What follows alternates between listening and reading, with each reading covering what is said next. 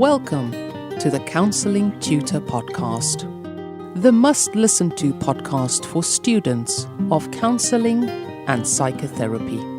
Here are your hosts, Rory Lees-Oakes and Ken Kelly. Hi, I'm Rory, and with me as always is Ken. How are you doing, Ken? I'm well, thank you, Rory. Thank you very much for asking. And thank you for joining us on the Counselling Tutor Podcast. This is episode 213, lucky for some. And we're going to be covering 3 different topics today. And we're going to be starting off with Counselling Foundations, and that's when we look and recognize that the foundations that we kind of build our practice on are the strength of our practice. And today we're going to be speaking about relational depth. So it doesn't matter what level you are.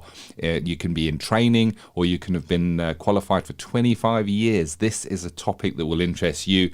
Then we're going to focus on self. That's our second area today. And in Focus on Self, we look at you as being the heart of your practice.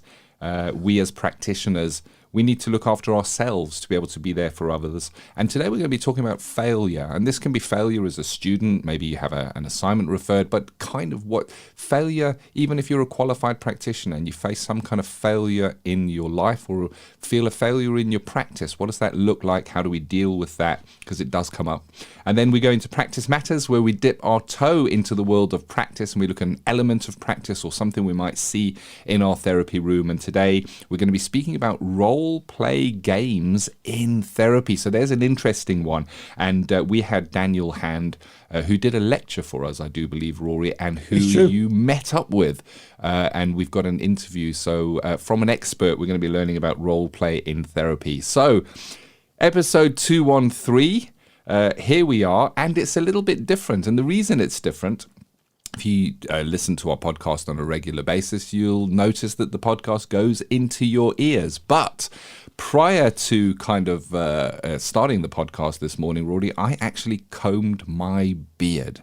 And the reason I'm doing that is because this podcast is now available on YouTube. The entire podcast. If you want to see what Rory and I look like, want to see what we get up to when we make our podcasts, then jump onto YouTube and just put in Counselling Tutor Podcast, and you'll find that we've started a new channel just for the podcast. And from here onwards, we're going to be uploading our episodes, so you can have it in your ears and you can have it in your eyes as well.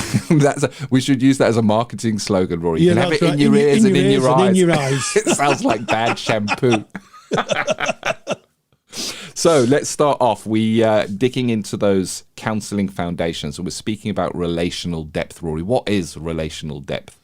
So that's a really good question. And relational depth is actually a theory that was developed by Mick Cooper and Dave Mearns in collaboration, trying to get a sense of how we connect with each other in a meaningful way. That's probably the best way of describing it. And I think what's really, really interesting with relational depth is that it doesn't just apply to therapy. Let me give you an example. I went out on my constitutional walk in my hometown just to get a little bit of air in my lungs and get a bit fitter. And I bumped into my neighbour, who is a Methodist minister.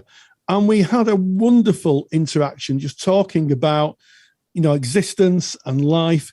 And at that moment, we were connected. And sometimes, there's a Gestalt word for it. It's called confluence, where you're not quite sure where you begin and the other person ends. And it was really meaningful. And it was almost like there was only the two of us in the world for that short space of time. That's my perception. His perception may be different, I have to say. And that is relational depth. It's moments of deep relating. And it's not modality specific. We talk about it in person-centered therapy, but actually it's in any interaction we have. And it's at that point where we're really seeing the other person and gaining a visceral sense of who they are, Ken. I like that. That's a lovely description of it. And I think relational depth is difficult to describe. When you've experienced it, you'll know it.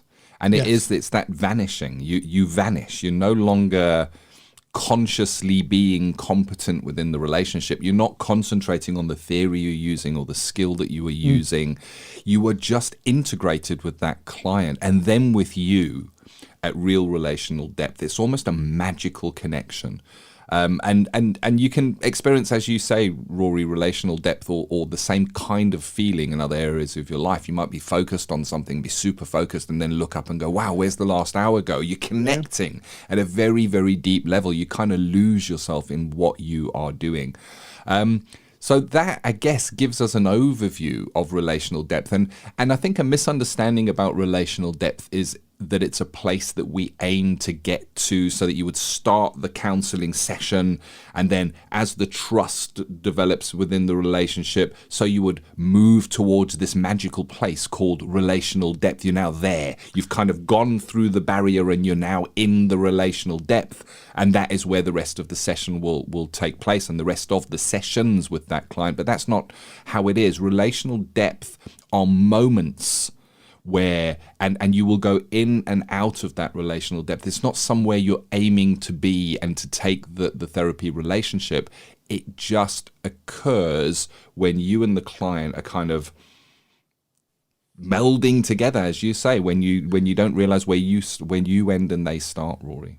Absolutely. And I think that Mick Cooper in his blog sums it up beautifully. And one of the questions is, what is relational depth? And he says it's a state of profound contact and engagement between people. Our good friend Mick Cooper, of course, has done a lot of lectures for us.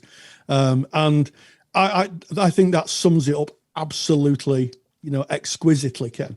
And you're right, it doesn't happen all the time, but it kind of chimes. I used to say to my students, you'll feel it chime. Yeah. You'll feel a visceral a body sensation when you hit relational depth. And they used to come back and he said, we didn't know what you were talking about in the classroom until we've experienced it. And when we experienced it, it's like, whoa, it's almost like clang, like a bell clang. And you just feel yourself connected and ebbing and flowing within the relationship. It's a wonderful thing. And I think a lot of people experience that who are not therapists, to be honest, Ken. I think that you can have that in any walk of life, providing you put the person in front of you really at the center of your attention and the center of your universe, and that you're really deeply listening to them, that you tune into that person. Yeah, there's no set of tactics for creating relational depth. Or maybe there is. That's an interesting one. Maybe there is. But the tactics are based in the forming of the relationship and the 100% being there with the person, as opposed to if I use a specific kind of theory and say skills in a certain way, that's going to lead to relation depth. It's more about who we are within the relationship. So it's interesting that for relational depth with another human, which is what we're looking for at that deeper level in counseling, we look to ourselves, on our own, and how we can develop and put our stuff aside, because it's about really being there with that person. It's about the active listening. And if you go back over some of the foundation podcasts that we've done, we speak a lot about this, about who are you within the relationship, how do you form that relationship, active listening within that relationship, and all of those kind of meld together. They create the trusting environment where that relational depth will occur. And you mentioned Professor Mick Cooper, who does so much work on relational depth, and he's done a number of lectures for us. Whether you're a qualified practitioner or a student of counselling, we have two different, offers, one for working professionals and one for students. The student offer that we have is called the Counselling Study Resource, and it's a paid-for community with lectures and resources. And for qualified practitioners, we have what we call the CPD library, the Continuing Professional Development Library. And the relational depth lecture by Mick Cooper is in both of those libraries because it is that important, and it spans both of those. So if you are a member of any of our libraries, go and check that out. Just go in, do a search for relational depth, and go and watch Mick Cooper speak about it, because he speaks with great authority. And I certainly learned a lot for that. And if you're not a member of either of those libraries, go to counsellingtutor.com, and there's some information there if you can have a look and see if that would be a fit for you. So if we thinking about relational depth, we're thinking about the key aspects that would create that. And we're saying again that they start with us as the therapist. We're going to be warm, we're going to be personal, we're going to to show ourselves with that congruence, as it were, within the relationship, being our true self. And there's a human element, isn't there, Rory? You have to really be yourself and not playing the part of the therapist within the relationship, I guess, in a way. Absolutely. There's no part for facades or role play in relational depth. And I think there's a number of elements that help relational depth. First is the environment. Yeah. It has to be a contained environment, or an environment that's mutually agreed to be safe and secure. My encountering my neighbour was on the street, but it felt a safe place to become emotionally connected to someone else, and it obviously was the same for him because he was able to share a little bit about his self. So environment is important, but also I think it's about intent. It's about the intent of where you're aiming to be in your practice. It's about saying to yourself, I'm going to focus on this person. I'm going to put all my effort into really trying to understand this person's frame of reference. I'm not going to be judgmental. I'm not going to come up with the answers or the solutions. I'm just going to let this person be. And I think that there's a philosopher called Buber who talks about the I-thou relationship. You'll hear me talk about this in the podcast a lot. And I and thou, this philosophical position of seeing the other person's humanity, seeing them as a human being of equal value and wonder in the world, is a very, very, very good starting position, Ken. That unconditional positive regard for another human being. And again, when we speak about unconditional positive regard, and we've covered it in previous podcasts, again, in those foundational skills part of what we do, it's about us looking to ourselves, to be there unconditionally for somebody else with no judgment requires us to really have a look at ourselves of what we hold as our biases in life and our opinions and our likes and our dislikes and our that's right and this is wrong. Putting all of that aside is, and I guess this is why when we're speaking about relational depth, it is something that is most likely to come with experience. The more seasoned you are as a counsellor, the more comfortable you are within the sessions, the more I guess unconscious competence, where you're not thinking about what I'm doing and how I'm saying it and what they're saying and how I might respond to that, where all of that just melts away and becomes almost second nature.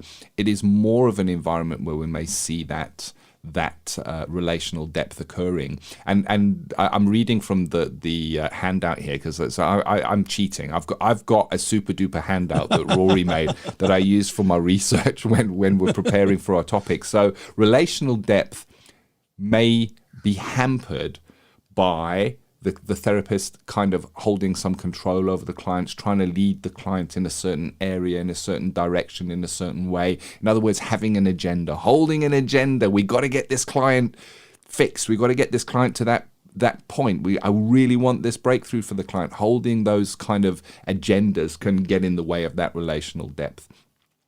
The therapist meeting their own needs out of the process, attempting to fix the client, focusing on the theory, focusing on the skills rather than that present moment magic. And that kind of, I guess, from the handout are some of the things that we want to avoid. And if you're interested in getting the handout, it's free and it's pretty comprehensive. It's a good handout, and you'll get that by going to counsellingtutor.com because that's our website. And when you're on the website, right at the top, you'll notice there's like a menu bar. Click on the podcasts tab, go and find episode 213 right there on that page. Free handout on relational depth that you can download. Yeah, absolutely. And I think it should be taught as a basis of therapy. And I remember many years ago giving a demonstration of relational depth. And I said to my students, I'm going to try it was a student, I'm going to try to help and to nourish relational depth in a small interaction I had with another student as a demonstration. And I remember at the end of it, we were very, very silent for a period of time. So relational depth isn't about specifically skills or verbal communication. We sat in silence for a number of minutes, just connected. And here's the thing, when I snapped out of the student's frame of reference and back into the room, I looked round and it was completely silent. The whole room was completely silent. And I said to the student, I said, just take a few seconds, just sit yourself down and just bring yourself back. And interestingly enough, a few years later, and I'm talking a good 6 or 7 years later, I happened to bump into the student and she said to me, I still remember that interaction, Rory. She said it was one of the most meaningful, in-depth interactions I've ever experienced. And here's the thing, we're in a car park in Warrington. Yeah. We're in a car park in Warrington. And as we started to talk, you could feel the process, the chime again. And for me, in that case, I had to get on with my day, and I acknowledged, where she was, and I acknowledged the experience for both of us, and then I moved on. But it would have been very easy to go back into relational depth again, but in that particular case, it wasn't the appropriate place, and it wasn't the appropriate time. Fascinating, and I think we've talked again and again, Ken, haven't we, about not the modality, the quality of the relationship being the best outcome for clients. And this just really adds, grist to the mill, as we say in the north of England. It really, really does. And I'd encourage you to look it up. If you're a student, look it up. Maybe if you're not being taught it on your courses, ask your tutor, because it really, really makes a difference in practice. Really does. Well, there you have it. That's our Counselling Foundations, looking at relational depth. Get your handout, counsellingtutor.com podcast tab, episode 213. It's there for you to download. Moving away from those foundations now into that focus on self, where we recognize that we, as the therapists, we kind of are the heart, the beating heart of our practice. From the moment you practice simulated skills, it's you, and it's you kind of I guess flexing your practice muscles right through to that last second we spend with our last client. We're in practice, and we are part of that. And when we look to ourselves, I guess the word failure, which I wrote down here, Rory, and I know that we can attribute that maybe to an assignment that's been put in, or any element of our lives. It can really hit us hard, and we all experience failure in one form or another as we go through the arc of our lives. And being able to be there with a client with that cloud, I guess, how do we manage that? Well, as I always used to say, fail means first attempt in learning. So and I'm mindful of the quote that's attributed to Thomas Edison, who made the light bulb. Someone said to him, what's it like to make 1,000 light bulbs that don't work? And he said, I haven't. He said, I've got 1,000 different ways of not making a light bulb. So the first thing is your perception of it. If you fail or don't achieve something, I think sometimes it's easy to fall back and think, I've failed, I'm hopeless, I'm useless, and da-da-da-da-da. I think a more stoic position is to say, well, that's one attempt. And what have I learned from that attempt, and where do we go? And you think of any great endeavor, and I was thinking the other day of the moon landings. They had failures along the way, and eventually in 1969, on June the 7th, I think it was, we all, those of us who were alive in 1969, watched the moon landing. And that was due to the fact that people learn from things that didn't go right. And I think that is a very, very good position to take. It's never nice to not achieve something, or put your best work in, work really hard to find out it's not paid off. But I think that the success is picking yourself up and saying, I'm going to have another go. I now know what didn't go correctly. And now I can alter that, and I can start again. And it's not how often you fall down, it's how often you pick yourself up. And I think I might be paraphrasing Rocky Balboa in Rocky, one of the Rocky films. Yeah. But it's how often, it's not how hard you get hit, it's not how hard you can hit, it's how hard you can get hit and keep going forward. And I think it's a parable for life, really. Yeah.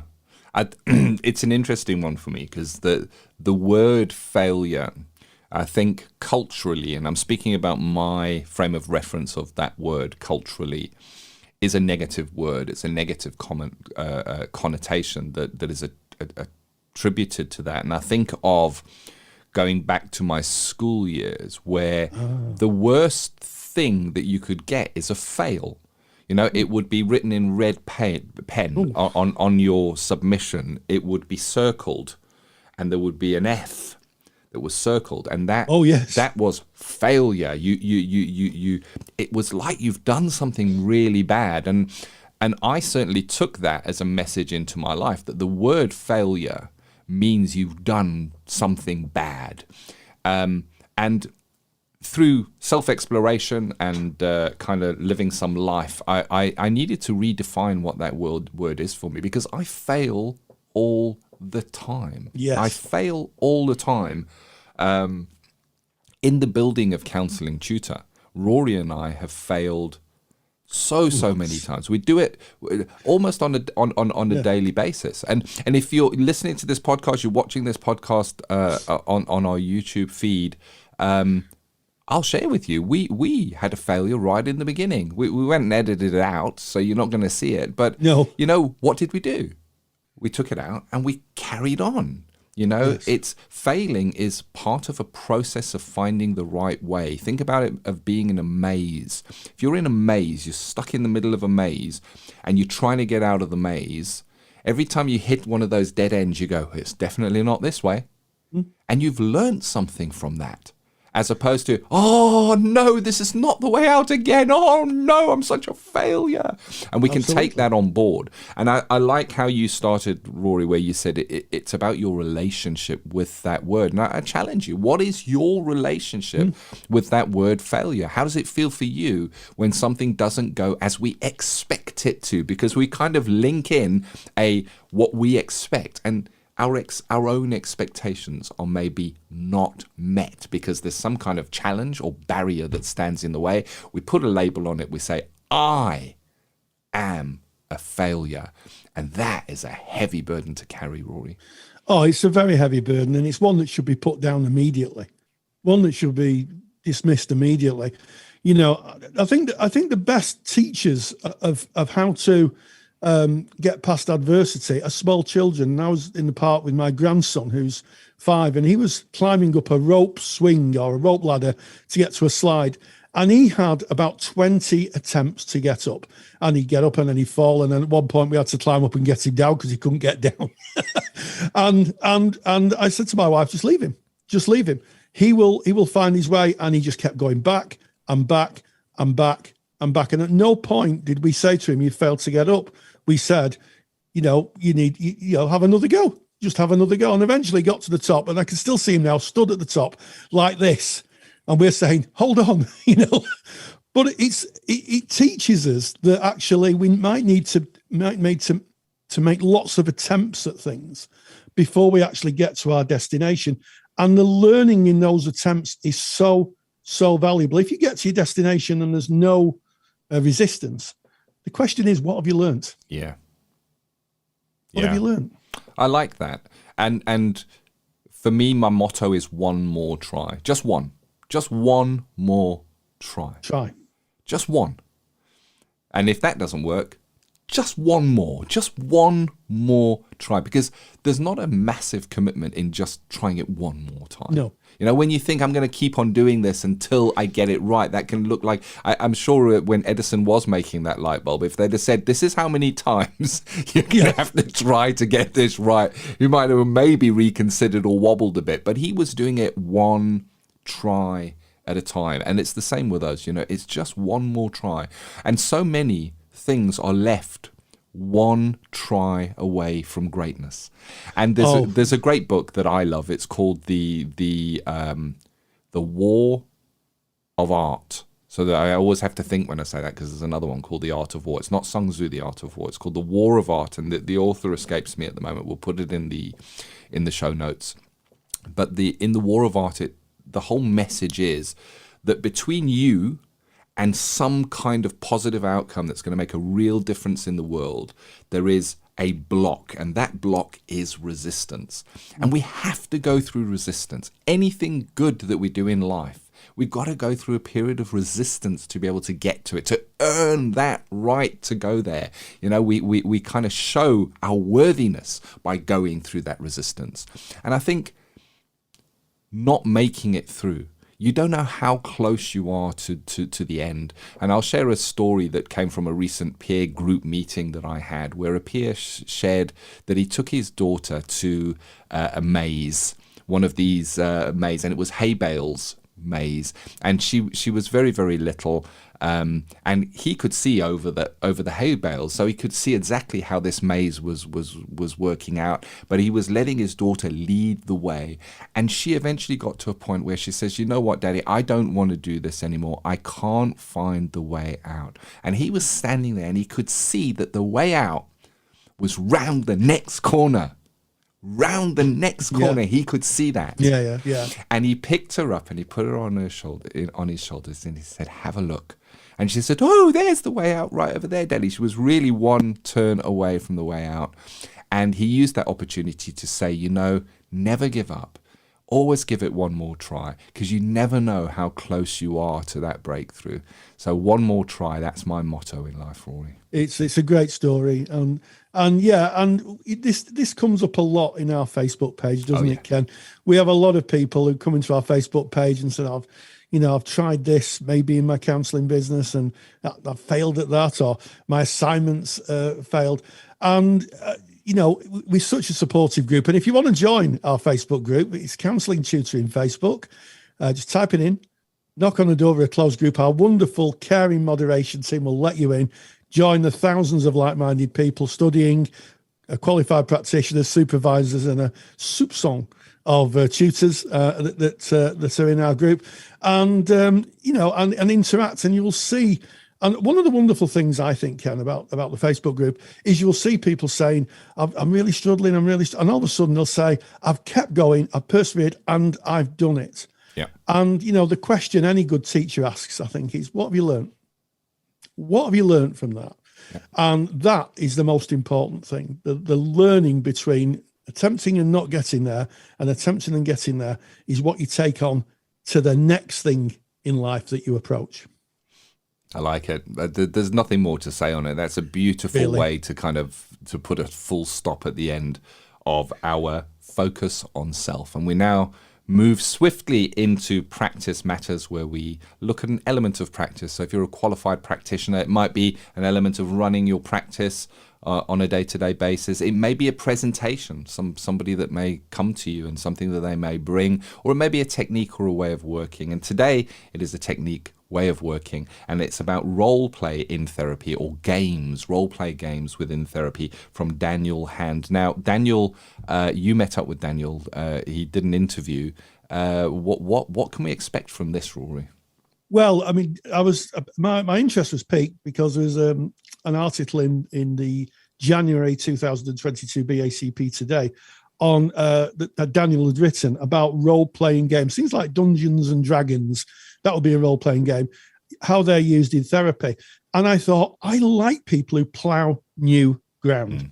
I like people who think out of the box, plow new ground, because every client is different and we need to meet the clients where they're at. So I got in contact with Daniel, and he spoke about the use of role-playing games in therapy, and how he's developing this idea. It's not his own idea, but he's developing this idea, and the research and the outcomes that he has. And this is what he had to say. Practice matters. And we welcome Daniel Hand, who is an author, illustrator and games designer. He's an integrative counsellor in private practice. And interestingly, he has come up with a new idea in therapy, which is called RPG therapy. So first of all, Daniel, welcome. Thank you very much indeed for having me. I've been listening to you ever since the dark days of my own training, and never thought I'd be here myself. So thank you for inviting me along. Well, there you go. And RPG therapy, what is RPG therapy?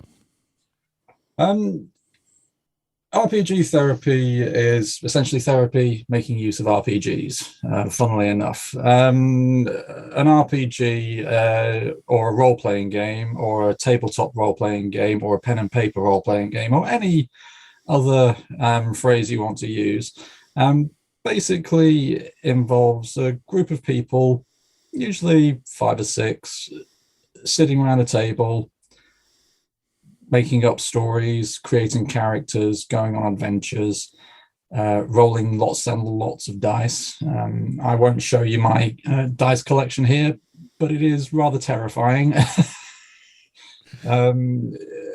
One thing I do say to people who are interested in coming into RPGs is you'll reach the stage where the only reason you can't find your dice is because they're under your other dice. And once you've got your ridiculous amount of dice, you've created your characters, you go out into some fictional worlds and slay dragons. If you think of Lord of the Rings, you've got to find the ring and take it and drop it into the pit of lava. If you think of the Chronicles of Narnia, you've got to go and kill the White Witch. If you want to do something science fiction-y, then you can go on the Starship Enterprise and stop a war between the Romulans and the Klingons.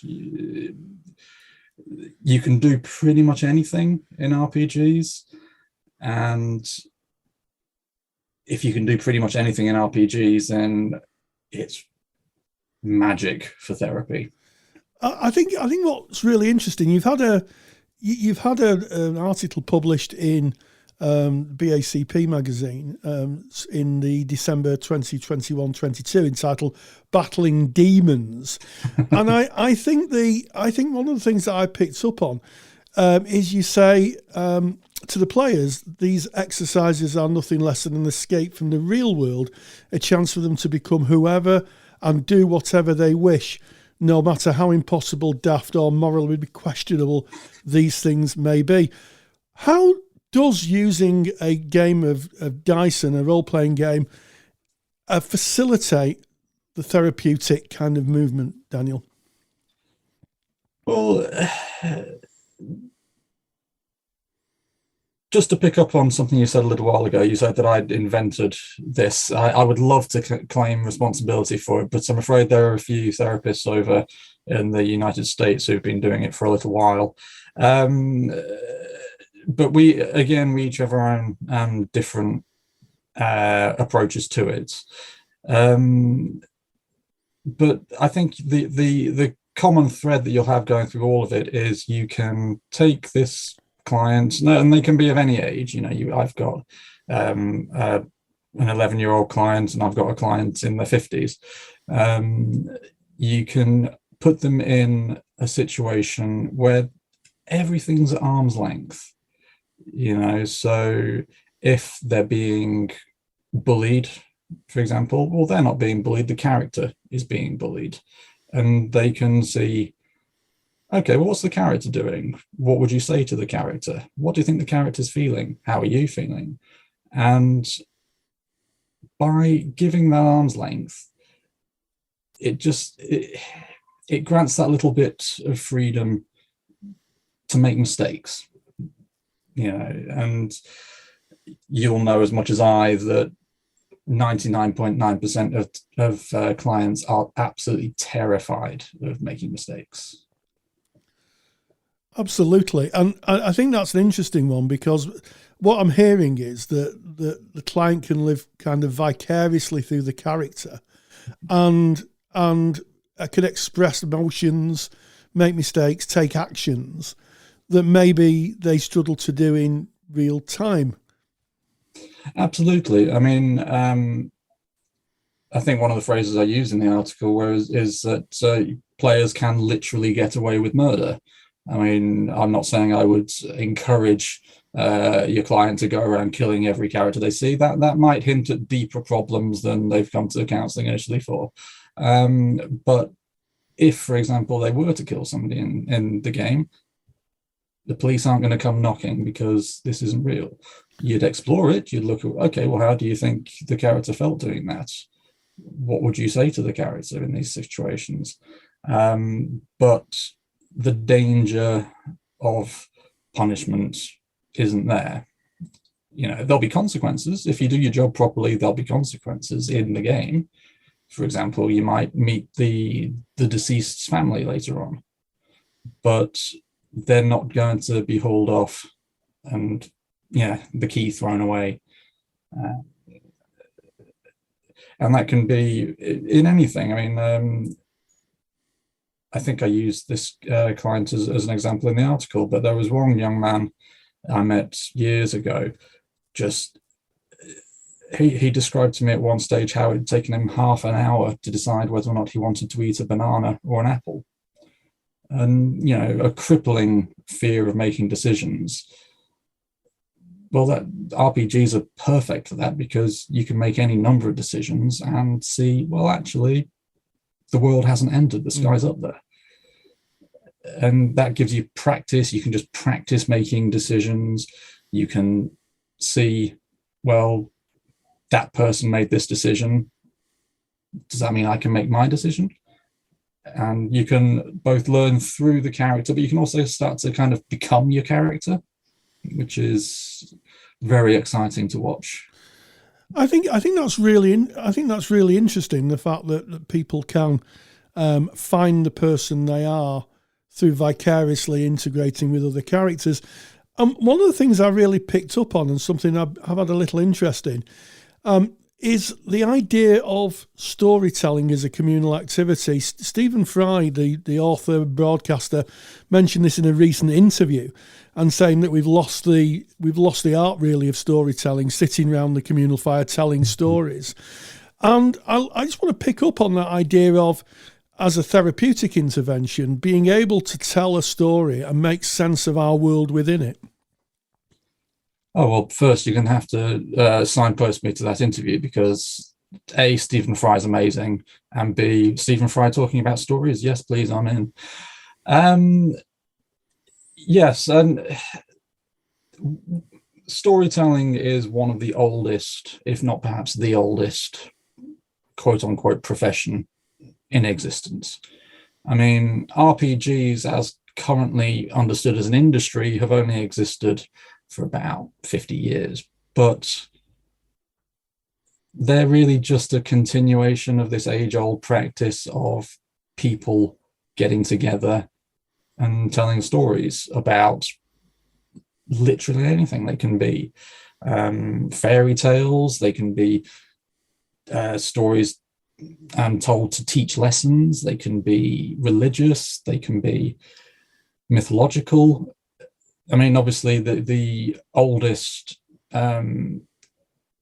extant narrative we have is all about what we would call mythology, but to the authors was history. This is how the world came into being. And without stories, A, we lose our place in the cosmos, if you want to call it that. I mean,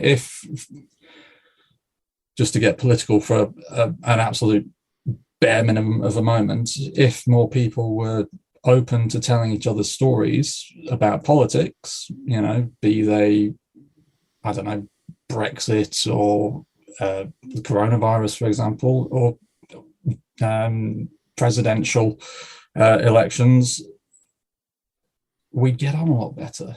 We'd learn to understand what people are talking about and where they're coming from. The word, I'm sure it begins with E, empathy, empath. It'll come to me. Yes, I'm sure it will. I'm sure there's lots of people listening going, it's empathy. It's empathy, Daniel.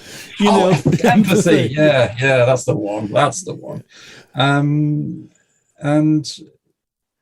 that, so storytelling as an art form has always been about listening to others, learning from others, and teaching others. And the RPG side of things continues that as a tradition, but it also allows the tellers to actually get into the narrative themselves. It's the equivalent of a first-person narrative in a book, as opposed to a third person. Yes, and I think what's I'm picking up again from the article is that there's a real link to narrative in this. And I know that one of the more postmodern approaches now is narrative therapy. I wonder, do you think that the as part of your integrative approach, there is a narrative therapeutic element to working with RPGs. Yes and no. I confess I'm not fully kosher with narrative therapy in its entirety. As I understand it, narrative therapy is more along the lines of taking the perceived downhill parts of your life and rewriting them as uphill parts of your life. Whereas this is more of taking an entirely separate narrative and learning from that, if that makes sense. It's, yes.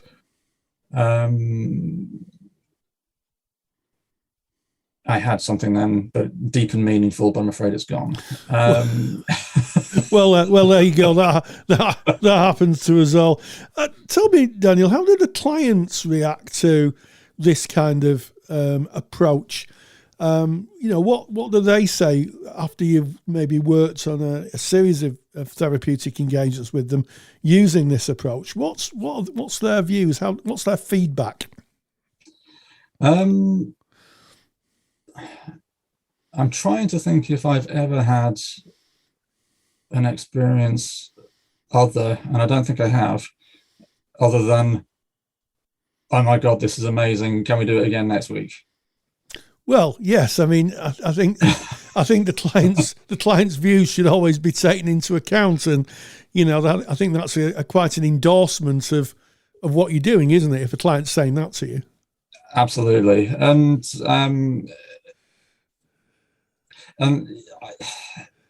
I always get a bit nervous when I'm starting to do it with some clients, just because I'm thinking, well, this is all. I'm making this up, aren't I? Surely I'm sure it happened well last week, but yeah, it's not going to happen well this week, is it? Come on. And just seeing the joy and the wonder on these clients' faces, and we're talking anything from, young child to fully grown adult. I've worked with army veterans with RPGs, and almost word for word the same response. It's just, I mean, the language is a bit more adult, shall we say, but because I think the thing that a lot of the clients get out of it is it's just fun. There's no such thing as a real dragon, but who cares? You're imagining taking out your magical Vorpal sword and slicing its wing off. It's cool. This is why people go to the cinema to watch Marvel films, because it's just of an epic nature that you can lose yourself in. Yes. And I guess people can experiment with different ways of being as well within that. If they're projecting them onto a character, then they can see how that fits for them, and what feelings come up for them. Yeah, very much so. And that word projection is, I think, pretty much the heart of the whole, as well as that other E word that I couldn't think of earlier. Part of the whole crux of the intervention, because if you can, I mean, we've all been to a film and kind of imagined ourselves as a character, and there's an entire generation out there raised on imagining that they're Iron Man or Captain America, and that is therapeutic. I mean, everything about life. The longer I'm in this particular profession, I realize that everything about life is therapeutic in some way, shape, or form. And our roles as counselors is to tap into that. And in this particular case, rolling dice and imagining that you're Iron Man fighting War Machine. Indeed. So if there's anybody, if the listener listening to this is interested in developing their practice along the lines of role-playing games, where would be a good starting point for them to get some information? Well, The horribly mercenary plug, by all means, visit my website. I offer training CPD sessions to help you integrate some RPG work into your practice, but also go to your local game shop. Board games and role-play games are making a big comeback, so you will have a dedicated game shop somewhere nearby. Go there. The staff will be overjoyed to talk you through whichever role-play game you want to play. You've got Dungeons and Dragons, you've got Lord of the Rings games, you've got Quest, you've got Spire, you've got Marvel games. I've recently purchased one that's all about secret agents fighting vampires. So, there's something for everybody. Find what interests you, read up, dive in, really. Well, Daniel, we will put links to your website and your resources in our show notes. So, Daniel Hand, thank you so much for joining us.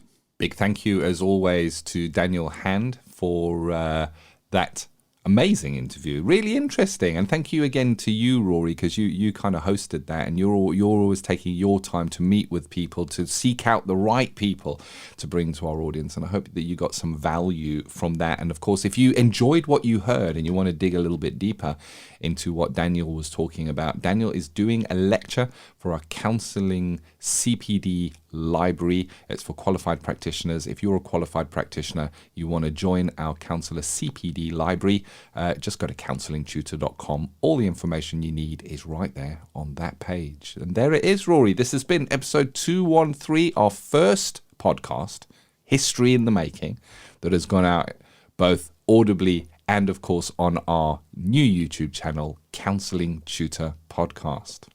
Absolutely. And what interesting topics. We started off looking at the Mick Cooper, Dave Mearns ideas on relational depth and connection and how we use that in therapy and indeed our own life. We talked about failure in a number of areas and how we deal with failure and work through it. And then finally, we had an interview with Daniel Hand, breaking new ground by using role-playing games in therapy. And as always, stay grounded and stay safe. Take the stress out of your counselling studies and get the support of Rory and I by joining us in the Counselling Study Resource.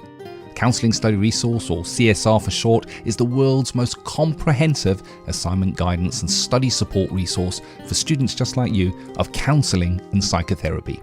See how Counselling Study Resource can help you. Visit counsellingtutor.com. That's counsellingtutor.com. Thank you for listening to the Counselling Tutor Podcast. Find the show notes for this episode on our website at www.counsellingtutor.com.